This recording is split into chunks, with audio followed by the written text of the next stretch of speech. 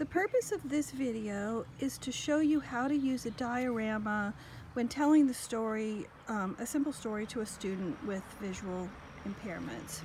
So a diorama is meant to replace the illustrations, basically.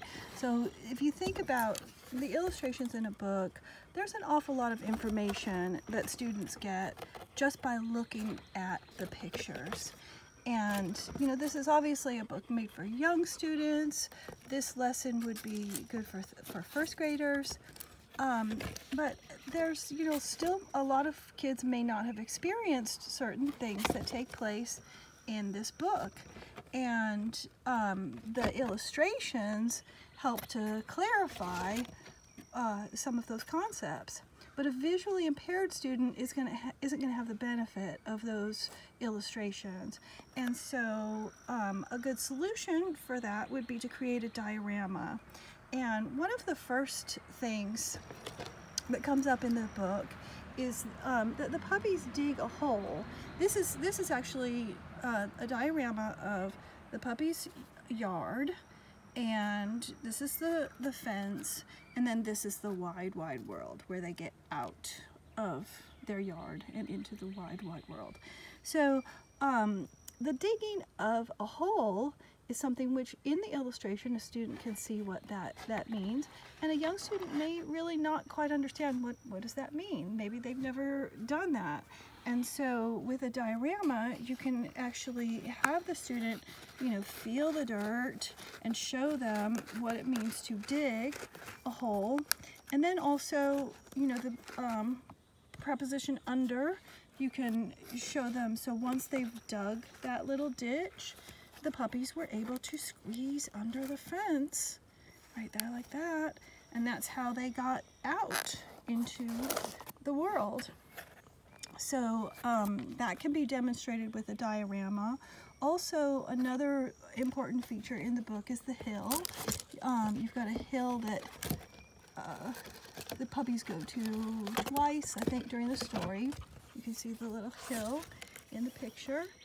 And so if you have, you know, a bump, you have a hill. There's one part of the story where 4 of the puppies make it up to the top of the hill.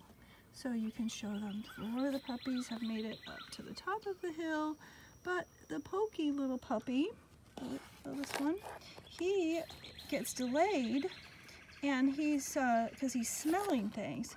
So the first time around he smells flowers.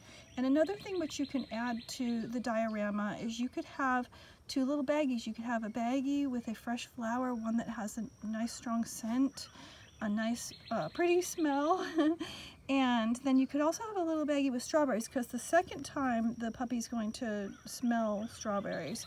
So this is where the pokey little puppy gets delayed at the bottom of the hill, and you can demonstrate that with your diorama. And then the other concept, which can be demonstrated tactually, is with in the yard.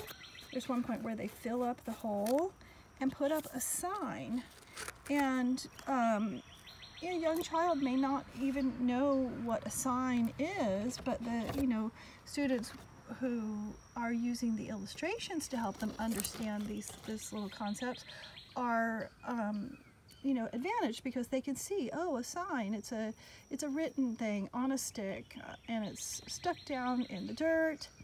And so you can actually make something for the students who have visual impairments, and have them feel it, and feel, you know, where it gets stuck, how it gets put in there, and all that. And you don't really necessarily need the words on the sign. In this case, this was too small to put the Braille on here.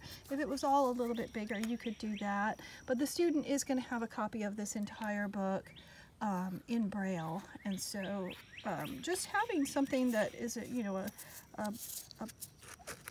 like a sign, basically a sign is on a stick, and something like this would work to show the idea of what it means So you can have that, and then you can have other features. There's a few other things like, you know, you could really help them to understand the concept of the word under. They go under the fence. There's also one part of the story where I think the puppies go under a blanket to go to sleep. There's also a place where the mother comes in, so I have one big puffball, and the child can also have them go inside the house if that is something that is important to them. You could also have something that would be a little bowl for the food, because the food is talked about in the story. But yeah, so this is a way that you can use a diorama to help a child make sense of and understand a story.